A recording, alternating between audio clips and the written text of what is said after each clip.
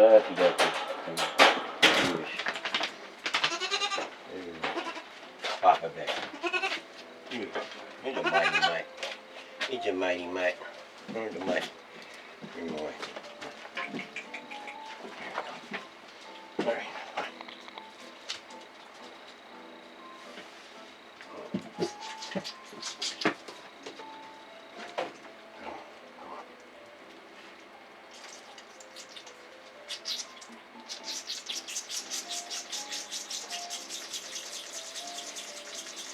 In a couple days, these babies will be out in the field.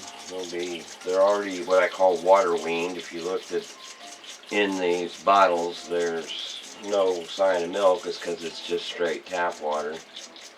And they're eating grain and hay just fine now. So I'm in the process of building a baby pen outside that will allow them the time to scale up to the size a little closer to the big boys before I put them in with big boys. Plus I've got to put a fall barrier for Mutt because he's blind, and I don't want him to fall off and get injured by falling. So I've got a little spot where I'm going to stretch a piece of fence wire to keep him safe. Other than that, the rest of the field's totally safe for him other than that one spot, and it's pretty close to the house. But in the meantime, they're still drinking water out of a bottle, and that'll might carry on into the field if I can get a nipple set up somewhere. Otherwise, they'll have to learn to drink from a bucket like the rest of everybody. And but then also they're going to be out with two other boys that I'm pretty sure already drink from a bucket. So we'll play it by ear. But I just figured since a lot of people like to see the babies, and well, they're babies.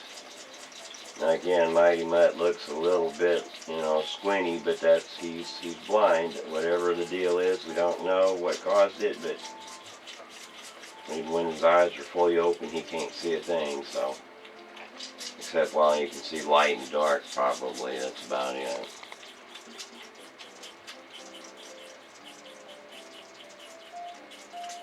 And you'll watch him run around here playing bump and go like them little toy cars they made back in, I guess, the 50s or 60s that would just run along across the floor until they hit something, and then would turn around and move somewhere else. My granddad had some bump and go toys, a fire truck and a little Volkswagen. It strikes me, but I don't know whatever happened to them. They're probably worth a lot of money if they're still alive. It's a little fire truck. It seems had made no. Oh, we had a little locomotive, little steam locomotive. And he'd sit there, and it had a little smoke puffer on it, and it had a little toot whistle. So it would go along, and flashlights and toot whistles and puff smoke and meander across the flat floor until it bumped into something and turn around and go somewhere else. Very unlike a real train that would stay on a track. Funny thing about those bump and goes is a lot of them, the wheels didn't turn. They just kind of slid along, and if you put them on carpet, they wouldn't go anywhere because of the fact that they were meant for hard floors. But he can bump and go on carpet or hard floors or gravel because he's a goat. If you're looking at how wet it is, they're in these little cages where they don't have any room. So once they'll get out on in that field, that won't be a problem anymore because they'll not be strapped into a position where they can't move away from their own bodily functions. We're quite eager to get them out of here because of both their health and our sanity and sanitariness, because there's a lot of laundry in doing, trying to keep the manure from piling up. But it should be a couple days at most before I can get them out there. Now I've got to put a feeding bin situation and a watering container for them. I've kind of got a hut roof. I'll be doing a video about what I got done this week here as separate from the babies, but it's for these two and two other boys. That'll, of course, Papa Bear is not blind, as you might have noticed, but it's just Mutt. Papa Bear, if you remember me mentioning in the past, the reason he's on a bottle is because his mother got sick and couldn't produce milk, and his two sisters died before anybody got around to realizing that there was a problem. And his mom and I were out of town, and somebody else was supposed to be taking care of the babies and didn't, and so that happened. And again, Mutt had real bad floppy kid syndrome. He's not very floppy now. He's getting pretty aggressive for a blind kid. He's still a little passive, but he's getting a little more. Now Papa Bear, he's really aggressive. Comparatively, he's aggressive like a goat would be normally. But Mighty Mutt, you know, it's weird as Mighty Mutt has to smell my arm before he'll nurse a lot of times. Not always, but sometimes. He'll want to try to bite my arm or my leg or whatever. Then once he's smelled me, then he'll nurse. If he just goes up and smells the bottle, he'll tend not to want to nurse for some bizarre reason. I don't know if it's because he relegates that I'm mama now or what, but that won't make it easy for him to nurse from a bottle in the field, because I'm not going to be out there holding it. You know, or from a nipple, I should say, because if anything, it'll be one of them nipples attached to a pail rather than a nipple attached to a bottle. If we go that route, I've got a small water container that I picked up off the side of the road that I might rig into a permanently assembled water service for him, but I don't know how I'm going to do that. If I do it, it'll probably end up being something that I make up as I go along. I even thought about using a toilet tank, sterilize it real good, and it's got a float valve in it, and the only thing is it wouldn't work very well in the wintertime unless you had it very well heated and insulated, because otherwise it would pretty much freeze solid. But technically, if you have something like that, you can adjust the float valve, and in theory you could even leave the bowl attached so that the other babies could drink out of the bowl, and then if it gets dirty with poop and stuff, well, you flush it. I might do that. And somebody said, well, would you flush it to the sewer? No, I just flush it down the ground.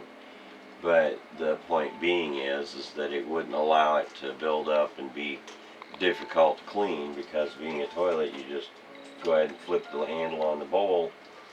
Now, of course, if the kids crawl around on it, it might flush on a regular basis, and you particularly want it to, and if you ever got stuck open, you drain your water system, so there's some potential drawback to it.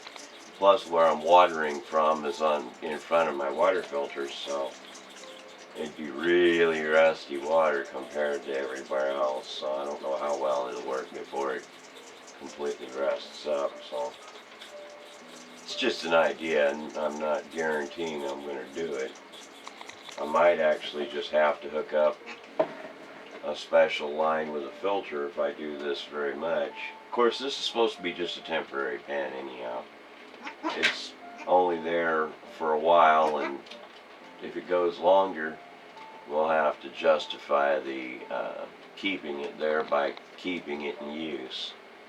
And it was a considerable amount of work for me to make, so I don't really want to take it down just because this group of kids are done with it. But on the other hand, now I do have some more baby boy goats. I've got Pecan and Mercury that'll be coming to size to wean eventually. When they come to size of weaning, then because of their difference in size, they might go in there.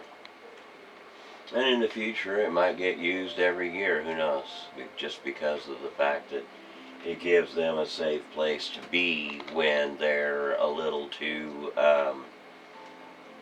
small to deal with the big boys and too big to be left with the girls. You know, just a little safety buffer zone for them to be in between. It's almost like they're reaching their teenage years of sorts, in a way. And you know how teenagers can be kind of precocious, well, in this case, capricious, because they are goats. And all goats are by de facto capricious, because they're goats.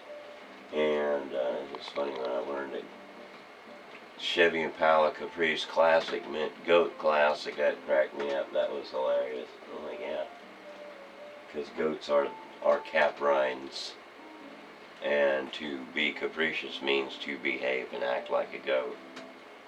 And raising them, I know how accurate that is. They're very random, unpredictable, impulsive, chaotic. They're really a bundle to handle.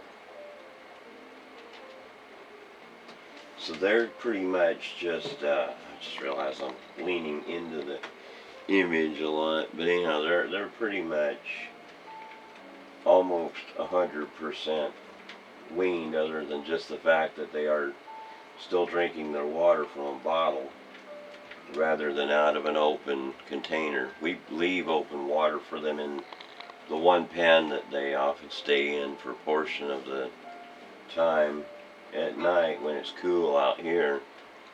And sometimes it has like bits of grain or hay in it that suggests they've at least dipped their nose in it, but they've never drank out of it a whole lot, so it's very often just about as full the next day as it is when we put it in. So I don't know that they've come up with the idea that they can drink from a open source of water yet or not. If they have, they may just choose not to at the moment. I don't know.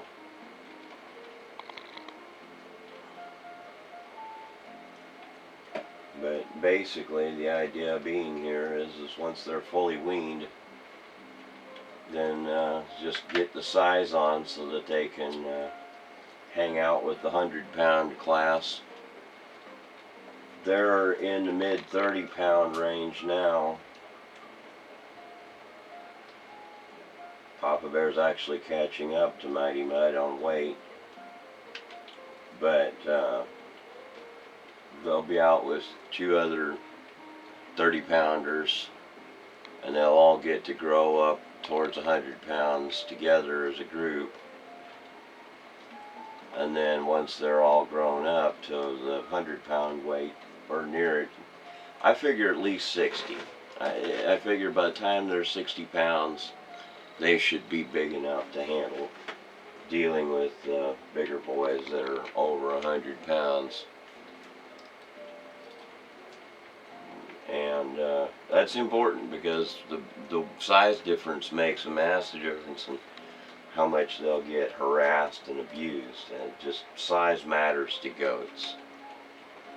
And while the little boys won't pick a fight with the big boys because they're bigger, will try to exert dominance over the littler ones just by nature.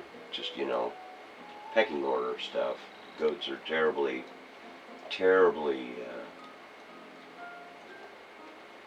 prone to that. They're absolutely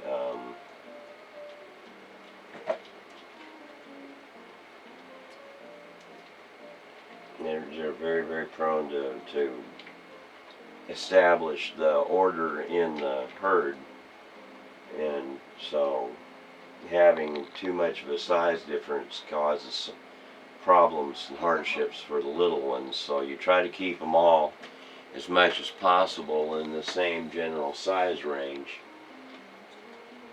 Now you get something like Pecan and Mercury, and they're normally like between 15 and 20 pounds.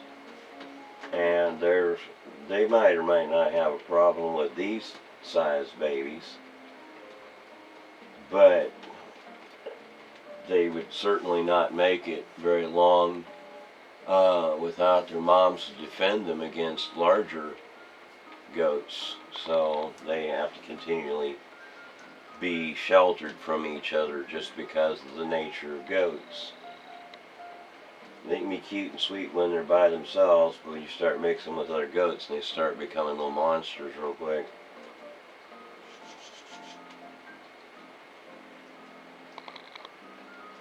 Once they're done eating their grain, they'll eat a little bit of hay, then I'm going to go ahead and put them up and get on with the rest of my day.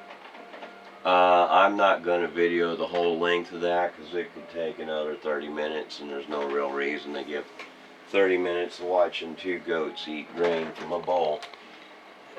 So pretty much that's all I'm going to record on this today.